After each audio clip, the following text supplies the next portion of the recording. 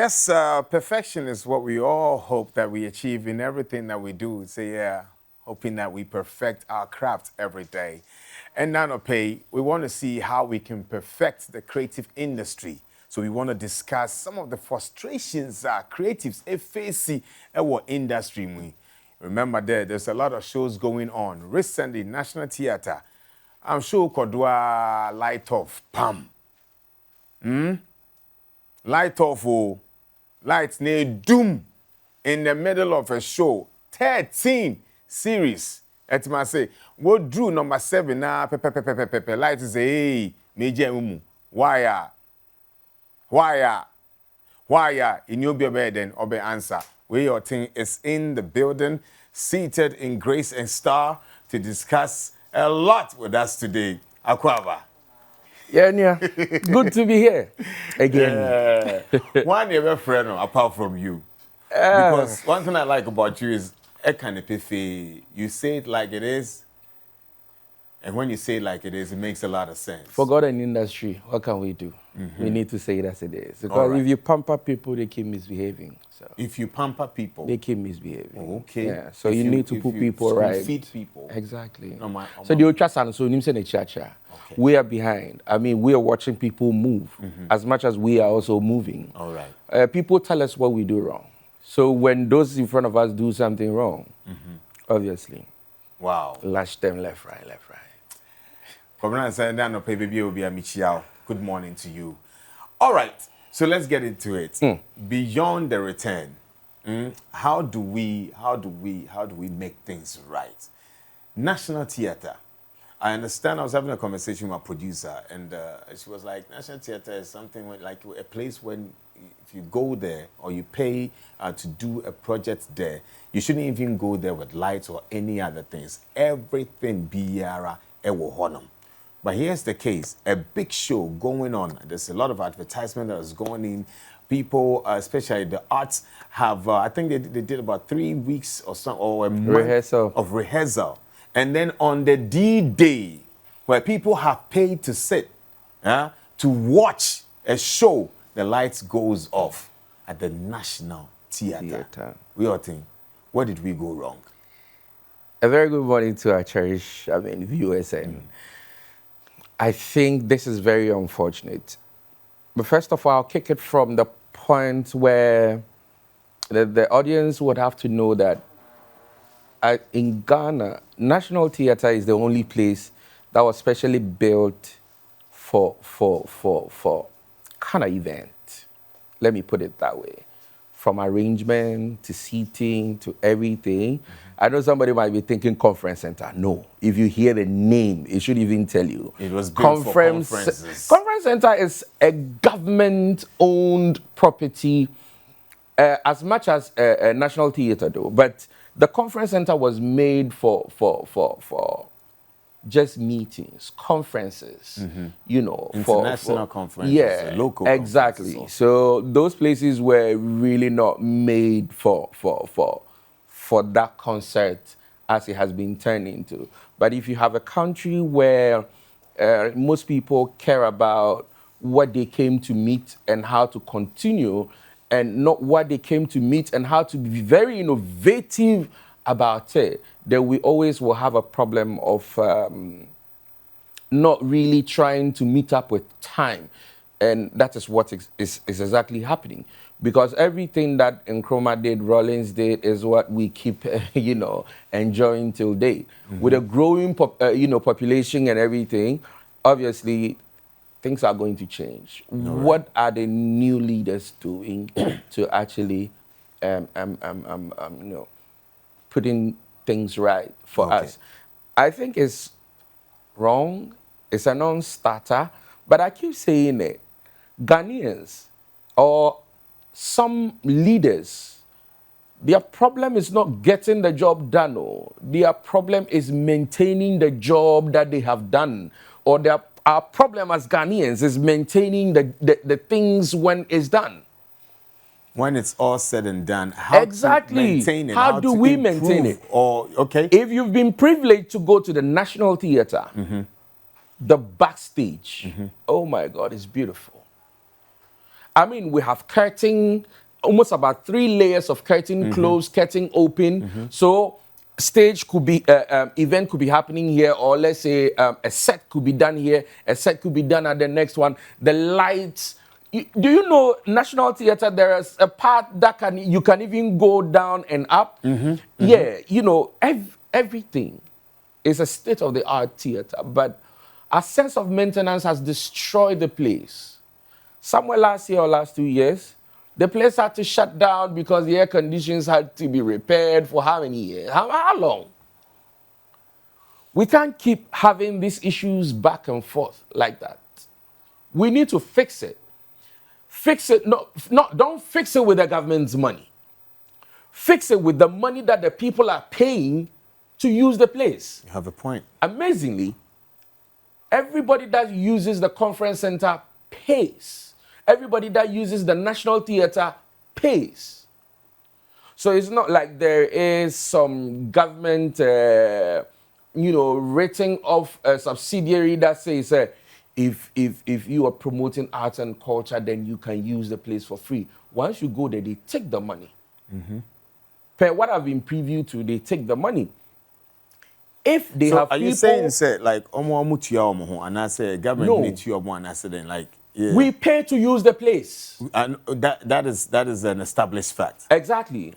Okay. So once the place is being paid to use, I think management needs to make sure that everything that is coming is taking care of the place and the people in the place to make sure the place keeps running. Because if you have a transport and the car keeps working by the day, it brings in money. So say engineer say now catch them say whilst I'm working and bringing sales. Who are you? Okay. It's like you don't care about the investment that brings you the money. All that you care is the money and how to shove it wherever you're going to shove it, which I believe is very wrong. Well, that's where maintenance comes in and the growing demand of we as a people also comes in. Because looking at how the National Theatre was built, it was built with its own everything in there, installed, everything in there. So the power connection wires and all that, everything has been built to its capacity. Okay. Now look at now. People are coming in, a lot of people, even if the place is supposed to take like 1,000, we're selling tickets of 1,500 because we're spending so much, and then we need to recoup the money. The question is, if a place is made for 100 people, don't forget that power consumption and everything are made to accommodate 100 people. Not air conditioning, not 150. horsepowers and all that are made to cool off 100 people. Now, the moment you step in 150 people, you need to add a little power to it. Okay. You need to add a little horsepower in terms of the air conditioning to it. You need to add 2 or 3 speakers to it. You need to add 3 or 5 lights to it to be able to illuminate the place to get it the way you want it. And I don't think we have been doing that all this while. So, those smart people that have been doing events for long and keeps doing event by the day, they know in this country that no event, if you want it right, runs on grid. All right. They all run on gen. Every single event that you see out there that is running without issues in terms of electricity, most of them run on grid. So most of them run on gen and not on grid. Sometimes your generator might even give you issues one here and there. Then you might decide to switch to the grid and then sort your electricity, your generator out. But from the conference center to the dome to the wherever, every event that went down runs on grid, except those who feel like, oh, this is nothing too much. Let's rely on luck. Let's rely on luck if the electricity doesn't go off. Yeah. The VGMA, I don't know, I think 2017 or 18, the light went off only God knows how long. Look at Three Music. I think some 2 years ago or something, light was out for so long. So you see, we've been having these issues pertaining to electricity anytime we have event. Because the kind of machines that we carry to the place to be able to power the choice of event that we want is no child's play. It comes with a lot in terms of power consumption. And we need to be able to meet up with that. And we need to find the right people. Sometimes when we are also talking, it could not even be... I've been to some events where, Charlie, prepaid no sign. Light NASA, light, you know, they won't tell you it's a light NASA. That's the sad part. For all you know, this, if I'm right, senior fuse been a go off. But you need to even tell the people. If it's not a fuse that went off or anything, or the electrician at that moment who is supposed to take care of that facility is not there and all that, I can bet my last dollar on it that probably, maybe. So with the case of, for instance, electricity near the end and keeping the power on to the program ends, it's whose job? Is it the organizer and the people that own the premises in Anasade? Okay, so every they have place, to have an agreement. Every place, when you go there, when I come to book Max TV to have an interview, I'm assured that the TV is going to be on for the audience at home to listen to every bit of word that I say.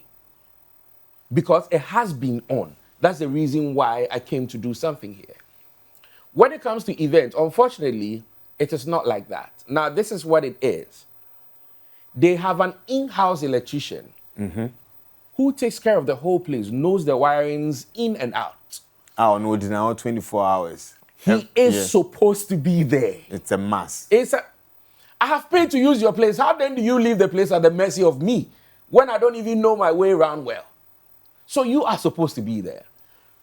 We that also came in to do the event needs to also bring our electrician to collaborate. So they too needs to come together.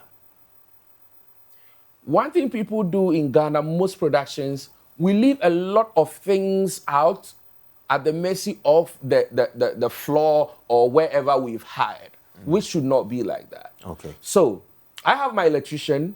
He is taking care of my things to make sure my stuff that I bring in has the power required and everything, because I could be bringing in stuff that are 110. You are giving me 120. If I'm not able to make sure that everything is coordinated right, I might be blowing my things, which I will take home.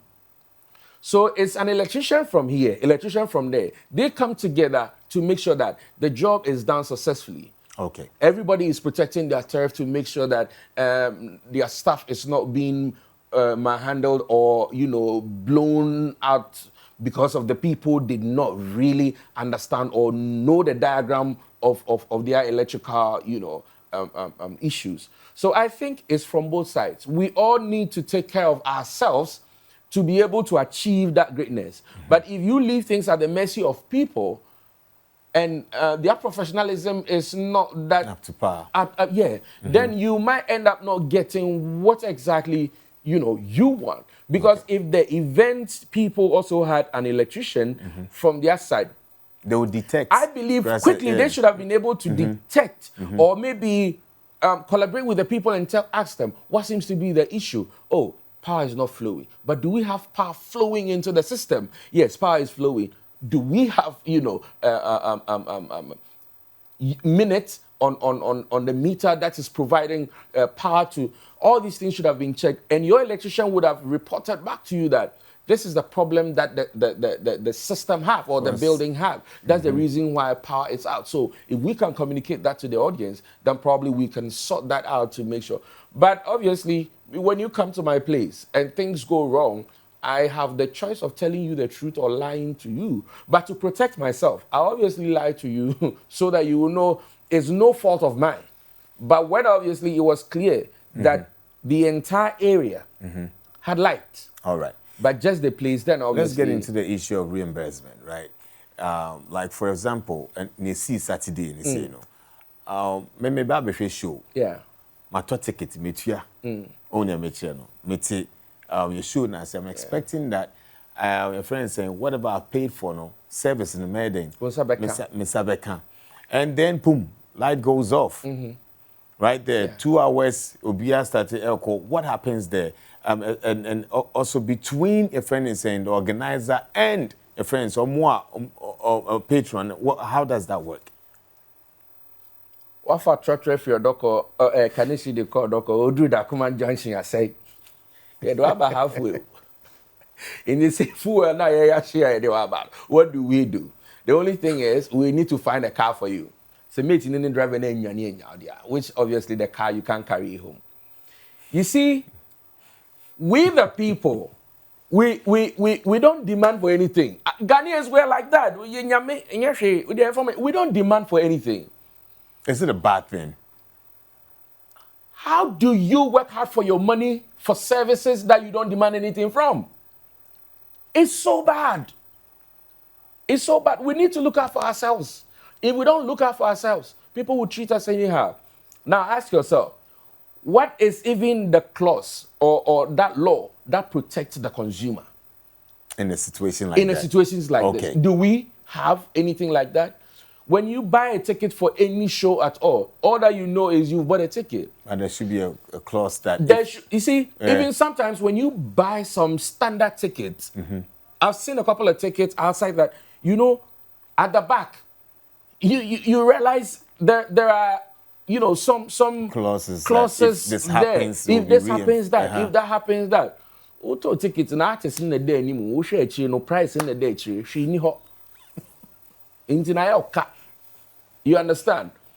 Ask yourself, those who went to pay almost like 3,000 what at the Whiskey show. We didn't go because of all those people that came on stage. We went because of Whiskey. So once Whiskey doesn't show up, but the person also tells you that, and also he has spent money in putting up the show, advertisement and all that, and we came to enjoy the show and blah, blah, blah. Are you going to do another show for me to come? Fortunately for this one at the National Theatre, there was a second show.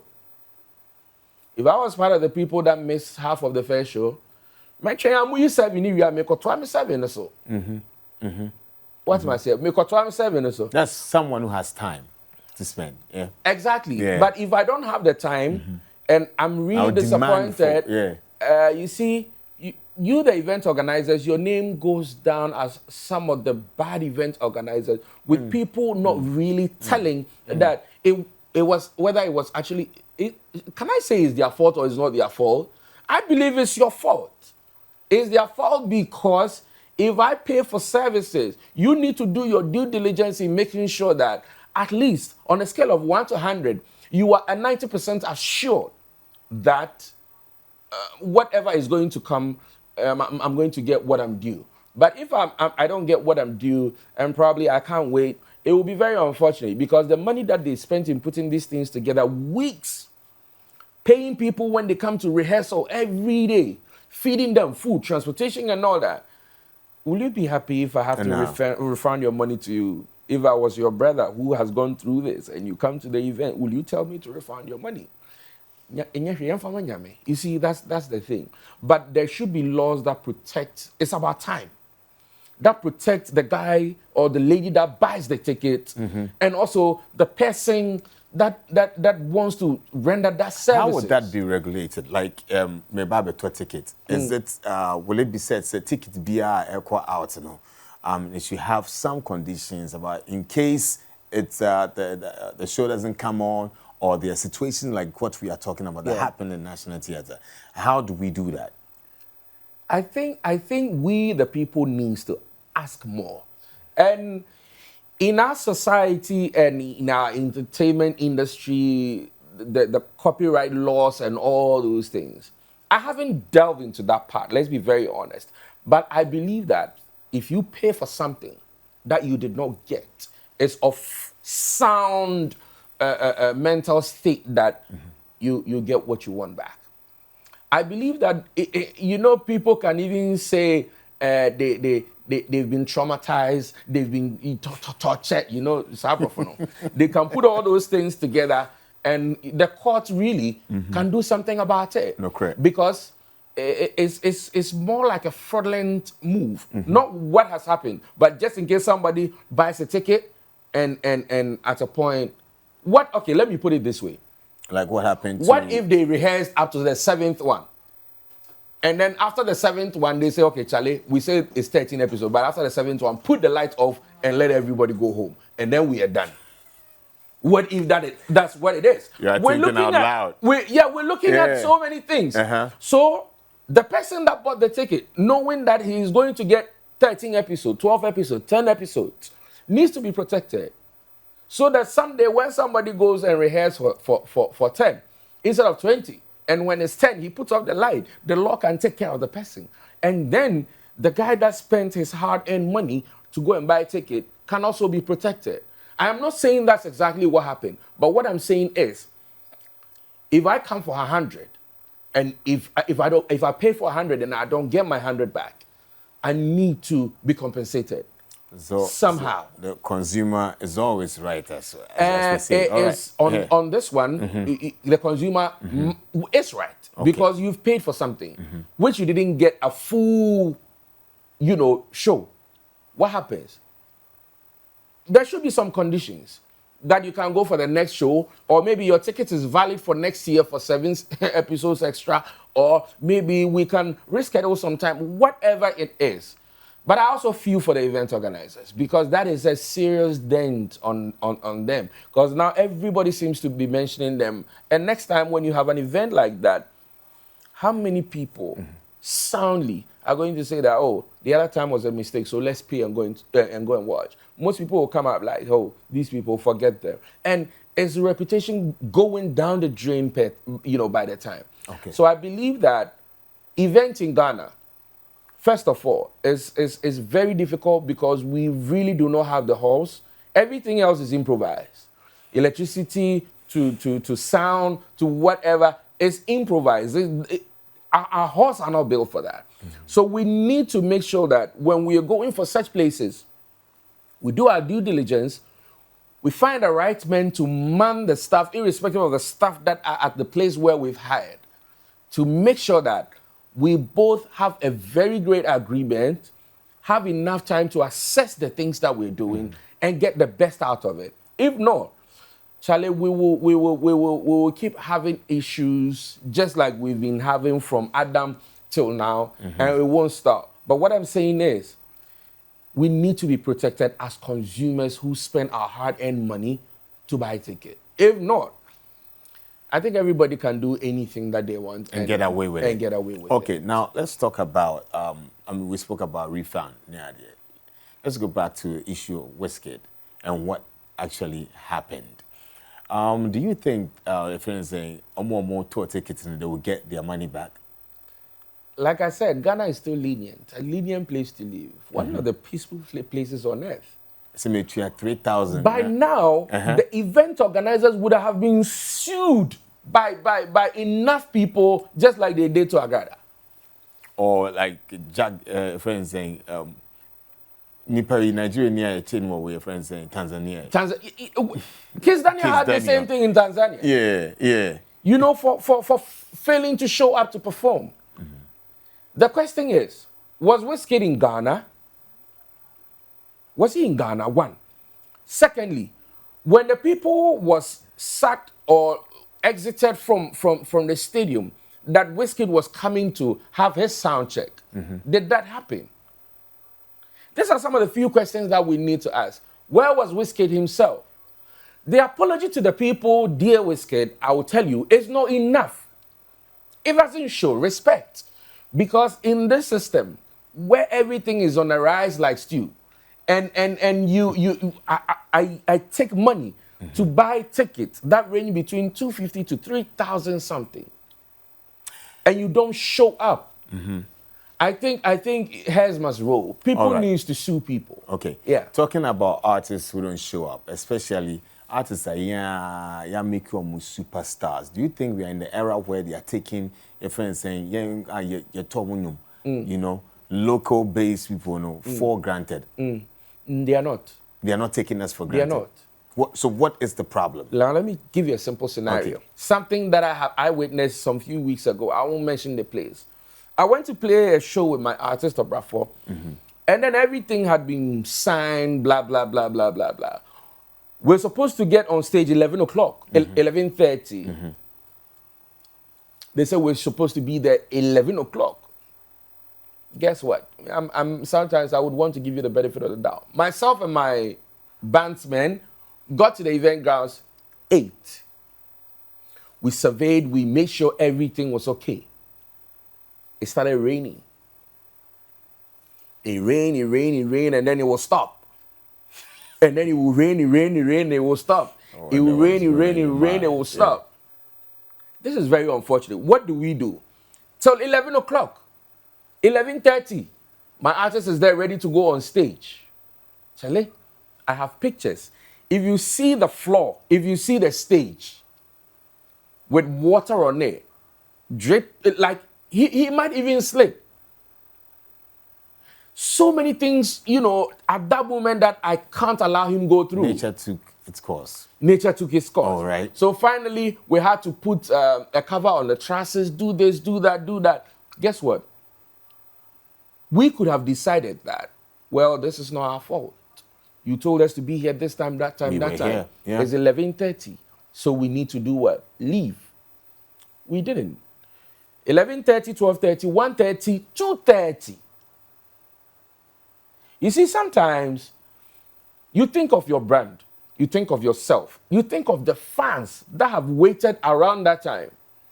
And even get on stage and tell them that, guys, I'm here for you.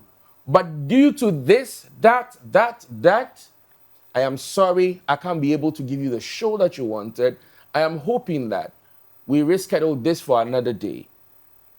Or maybe come live, say something that I am here, but this, that. Even though we didn't do that, we waited till that 2:30, which the crowd was still there. And around 2:30, when the rain has subsided and all that, we had put some tent on the truss and all that. He mounted stage and performed for 1 hour, 40 minutes. Wow. To almost around 5, and then we left the place. Guess what? Due to that, just almost about a week after, we get another gig. In reference to that gig we had played. Because of you guys were loyal? Is it being loyal to the fans or what? Being loyal to the fans. Okay. But sometimes there are some things that can break your brand. Mm-hmm. And you need to factor all those things. Mm-hmm. A brand that has been built for over 20 years. Mm-hmm. And the lack of the foresight of an event organizer might break you. Because somebody will video and the person won't say, lucky for us, the crowd stayed. But what if they had left and it was a few? Somebody would video and tell the world that, as soon as he had a flop show, he mounted the stage and there were only 15 people there. He wouldn't tell them it rained. Only stayed because there were people there. Me as a manager, I made my artist stay because the crowd stayed. Okay. If the crowd had left to a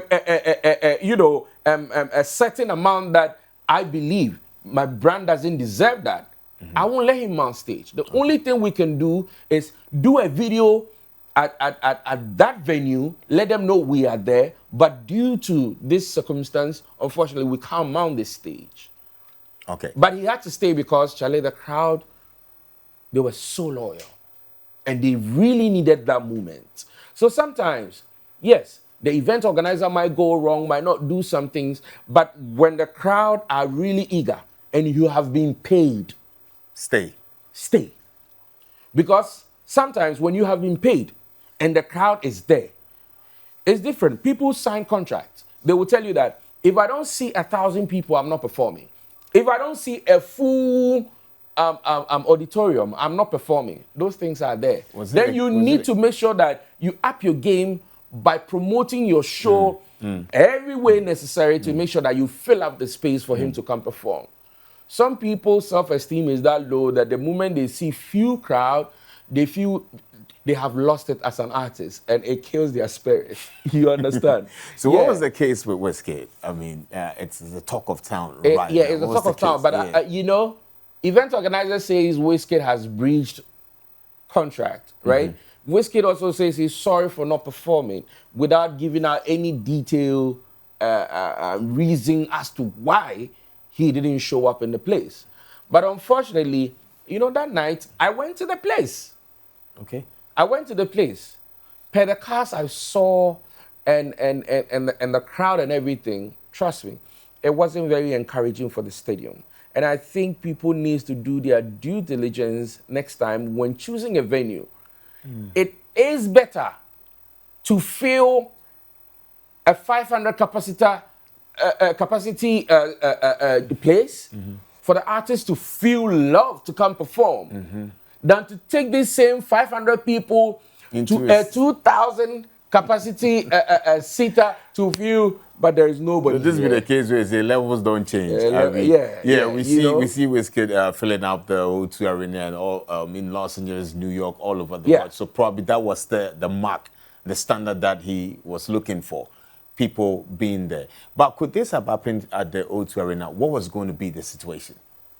You see, sometimes we think we know event, but we don't. All right. We do not take 2 weeks, 3 weeks to book an artist to plan an event.